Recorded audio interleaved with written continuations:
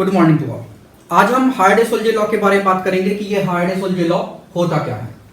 तो आपको इतना तो पता होगा कि अगर हम कोई कोलाइडल सॉल्यूशन लें और उसमें इलेक्ट्रोलाइट डाल दें तो वो जो कोलाइडल सॉल्यूशन है उसका प्रेसिपिटेट बन जाता है, वो कोलाइडल सॉल्यूशन कोएगुलेट हो जाता है।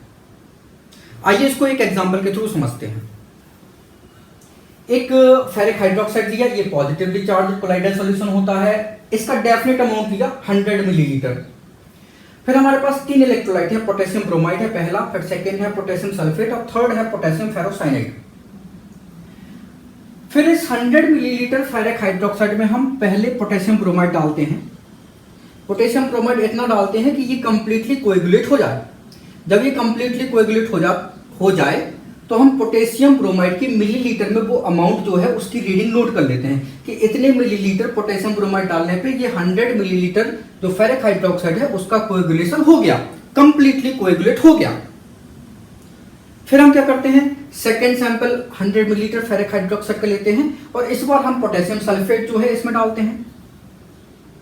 पोटेशियम सल्फेट डालेंगे तो पोटेशियम सल्फेट का मिलीलीटर में हम कितना अमाउंट इसमें डाल दें कि ये 100 मिलीलीटर फेरिक हाइड्रोक्साइड जो है वो कंप्लीटली कोएगुलेट हो जाए।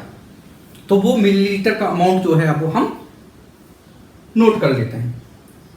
फिर इसके बाद थर्ड सैंपल हमने फेरिक हाइड्रोक्साइड लिया और इस बार हम क्या करते हैं, इसमें पोटेशियम फेरोसाइनाइड डालते हैं।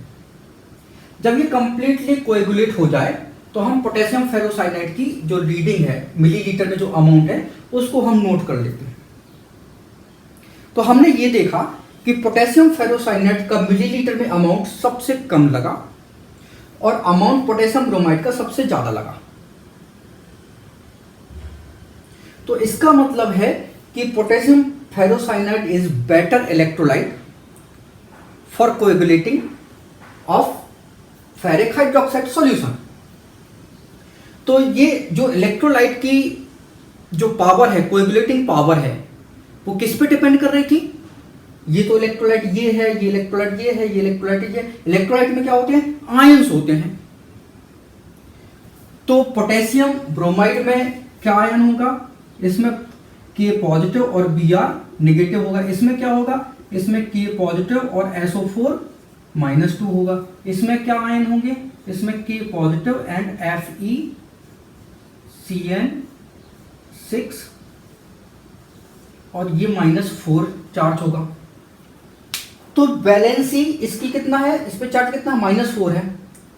तो कोएगुलेटिंग पावर किसी भी इलेक्ट्रोलाइट की किस पे डिपेंड करती है? वैलेंसी पे डिपेंड करती है। और यही हार्डे-सोल्जे ने बताया था। हार्डे-सोल्जे ने क्या बताया था? हार्डे-सोल्जे ने बताया था कि इलेक्ट्रोलाइट की कोएगुलेटिंग पावर, इसके बारे में हार्डे-सोल्जे ने बताया था।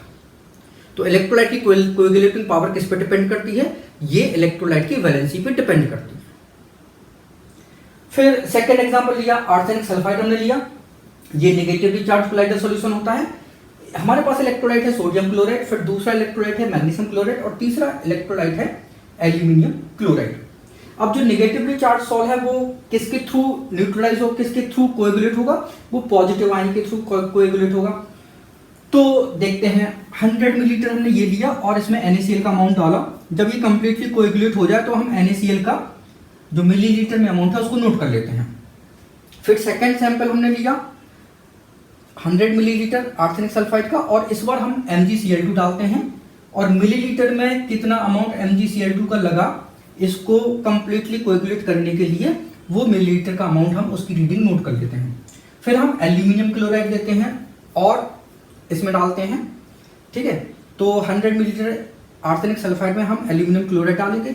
जब ये कंप्लीटली कोएगुलेट हो जाए तो कितना अमाउंट एल्यूमिनियम क्लोराइड का लगा उसकी रीडिंग नोट कर लेते हैं। तो हम देखते हैं कि एल्यूमिनियम क्लोराइड का अमाउंट जो है वो सबसे कम लगा। क्यों लगा सबसे कम? क्योंकि नेगेटिव सॉल्ट को पॉजिटिव जो आयन है वो क्या करेंगे? कोएगुलेट करेंगे। तो एल्यूमिनियम पे सबसे ज्यादा कितना है? +3 चार्ज है, इसलिए एल्यूमिनियम का अमाउंट जो है वो सबसे कम लगा।